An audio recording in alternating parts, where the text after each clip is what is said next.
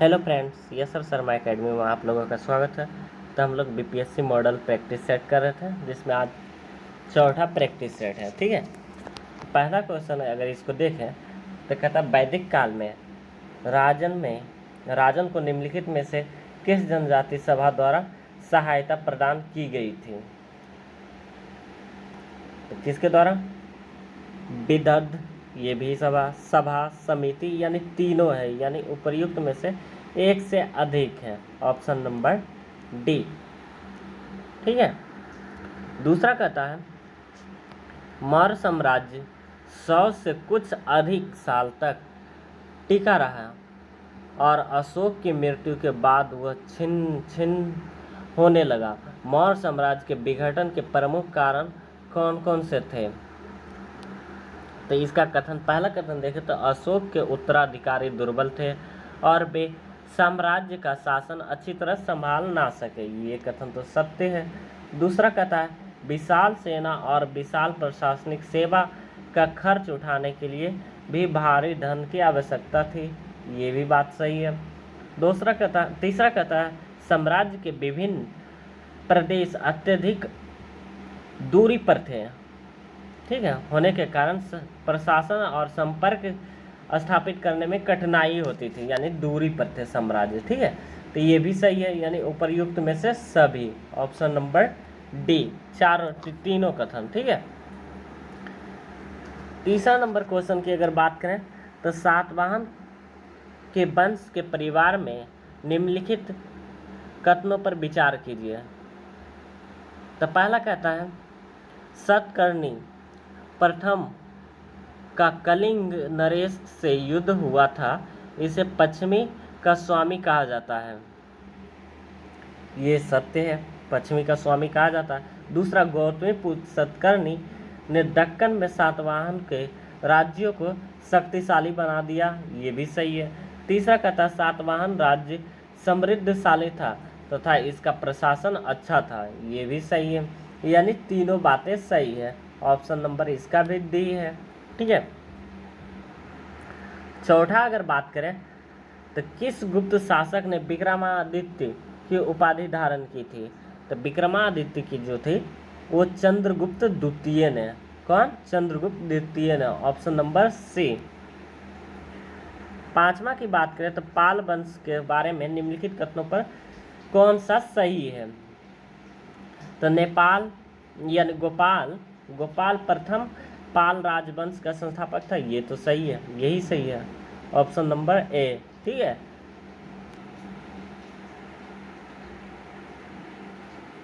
छठा नंबर की अगर बात करें तो बौद्ध धर्म के त्रिपिटक के संदर्भ में निम्नलिखित में से कौन सा युग्म सही सुमेलित है? तब पहला का तब विनय पिटक बौद्ध मत की दार्शनिक व्याख्या है। ये कथन गलत है। ठीक है, शुद्ध पिटक बौद्ध धर्मों के सिद्धांत का उल्लेख है। ये सही है।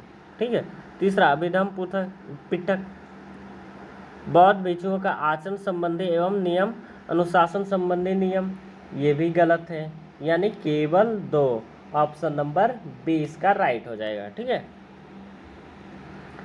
सातवां नंबर की अगर बात करें तो सूची 1 और सूची 2 के साथ सम्मिलित कीजिए तथा नीचे दिए गए कूटों की सही उत्तर चुनिए।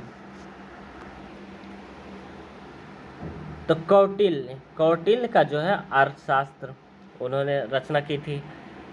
दूसरा कथा सोमदेव का जो है कथा साहित्य सागर वो है। फिर जयदेव का गीत गोविंद है।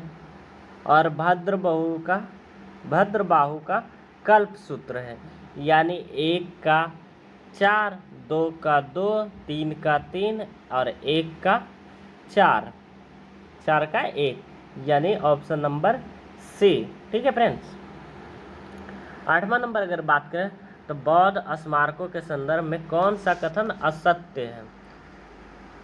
तो पहला कहता है स्तूप अर्धगोलाकार बड़े स्मारक होते थे और उनके भीतर बुद्ध या बौद्ध भिक्षुओं के अस्थि अवशेष रखे जाते थे। ये कथन तो सत्य है।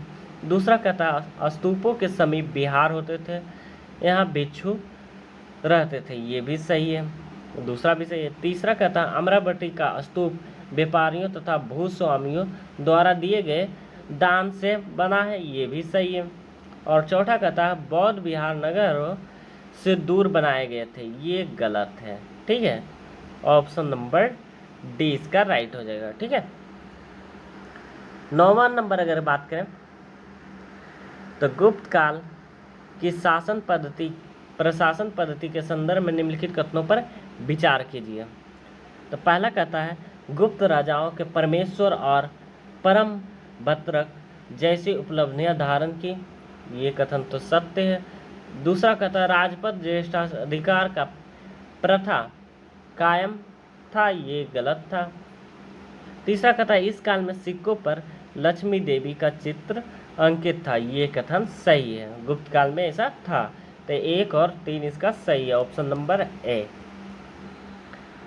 10वां नंबर अगर क्वेश्चन की बात करें तो कहता है हड़प्पा सभ्यता के अंत के विषय में विभिन्न विद्वानों के विभिन्न तर्क हैं, क्या तर्क है? तो पहला तर्क देता है कि नदियों का सूखना, तो ये तो सही है। दूसरा तर्क देता है जंगलों का विनाश, ये भी सही है। और तीसरा तर्क देते हैं शासकों का नियंत्रण समाप्त हो जाना, ये भी सही है। यानी 1, 2, तीनों सही है, ऑप्शन नंबर डी, तीनों बात करते हैं विद्वानों ने। 11वां नंबर अगर बात करें तो गयासुद्दीन बलबन के बारे में निम्नलिखित में से कौन सा सही नहीं है? सही नहीं है। तो पहला कहता है गयासुद्दीन बलबन का उलुग खां के नाम से भी जाना जाता है, ये तो सही है। दूसरा कहता है उन्होंने सजादा और पाबोस जैसी प्रथाएं शुरू की, ये भी सही है। तीसरा कहता है उन्होंने फारसी त्यौहार नौरोज की शुरुआत की, ये भी सही है। यानी उपर्युक्त में से कोई नहीं, ऑप्शन नंबर डी। ठीक है, 12वां नंबर क्वेश्चन कहता है दिल्ली सल्तनत के शासक किस शासक ने स्वयं को दूसरा सिकंदर कहा था? स्वयं को ही दूसरा सिकंदर कहा था, कौन? तो वो था अलाउद्दीन खिलजी। ठीक है, ऑप्शन नंबर बी।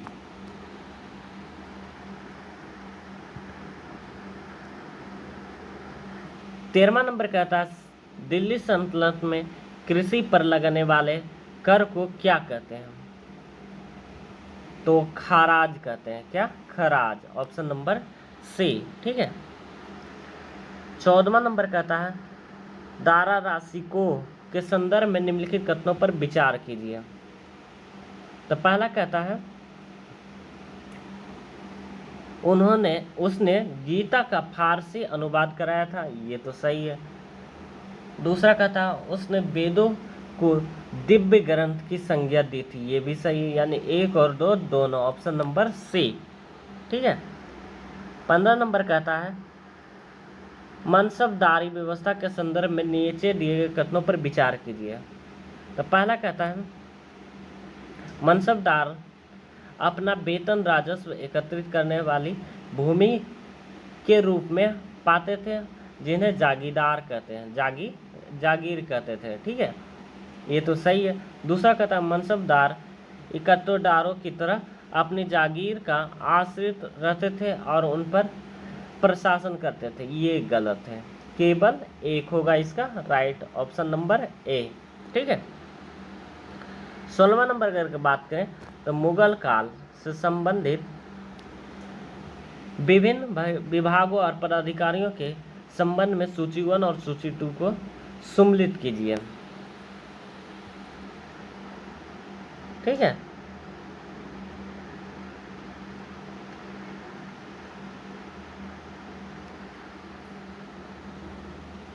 तो प्रांतों के प्रशासक जो होते थे सूबेदार। दूसरा प्रांतों के वित्तीय अधिकारी दीवान कहलाते थे। और तीसरा कहता धार्मिक और धर्मार्थों किए गए जाने वाले कार्यों जो होते थे सदर थे। और सेनानायक फौजदार होते थे। यानी 1 का 4, 2 का 1 का 3, 2 का 4 और 3 का 1 और 4 का 1 2। ठीक है, 1 का 3, 2 का 4, 3 का 1 और 4 का 2, ऑप्शन नंबर बी। ठीक है, 17वां नंबर का था चोल काल में लुप्त मोम तकनीक का प्रयोग करके किसके निर्माण में किया जाता था? तो वो जो होता है कांस्य मूर्तियों के निर्माण में किया जाता था चोल काल में। ठीक है, ऑप्शन नंबर बी। 18 नंबर का था मणिग्रामम और नाना देशी शब्द किसे सूचित करते हैं? तो दक्षिण भारत के व्यापारियों संघों को, ऑप्शन नंबर बी। ठीक है, 19 नंबर का था मुगल साम्राज्य के पतन के साथ चित्रकला के साथ में क्या प्रभाव पड़े? तो पहला कथन इसका कहता मुगलों के कलात्मक रुचियों के ने दक्षिण के क्षेत्रीय दरबारों और राजस्थान के दरबारों को प्रभावित किया, ये कथन सही है। दूसरा कथन मुगल चित्रकला के प्रभाव के कारण दक्षिण भारत एवं राजस्थान के क्षेत्रीय राज्यों के चित्रकला की अपनी विशिष्ट विशेषताओं को खो दिया, ये कथन गलत है, यानी केवल एक सत्य है, ऑप्शन नंबर ए। 20वां नंबर कहता है औरंगजेब के बाद मुगल उत्तराधिकारी के सामने जो आर्थिक राजनीतिक संकट उत्पन्न हुए उसके प्रमुख कारण क्या थे? तो पहला कहता है औरंगजेब का दक्कन में लंबी लड़ाई लड़ते हुए साम्राज्य के सैन्य और वित्तीय संसाधन का बड़ी मात्रा में खर्च करना, ये बात सही है। दूसरा कहता है प्रशासनिक कार्य कुशलता में कमी जिसके कारण मनसबदारों की शक्तिशाली वर्गों का बस में करना केंद्रीय सत्ता के लिए कठिन हो गया, ये भी सही है। तीसरा कहता सूबेदार को सैन्य प्रशासन एवं राजस्व कार्यालय में नियंत्रण का खत्म होना, ये गलत है। ठीक है, और चौथा कहता विभिन्न क्षेत्रों में होने वाले कृषक एवं जमींदारों का विद्रोह, ये सही है, यानी 1, 2 और 4, ऑप्शन नंबर ए। ठीक है फ्रेंड्स, तो हमारे चैनल को लाइक सब्सक्राइब करें और कमेंट करें, ऐसे ही इम्पोर्टेंट क्वेश्चन आप लोगों को मिलता रहेगा। ठीक है फ्रेंड्स।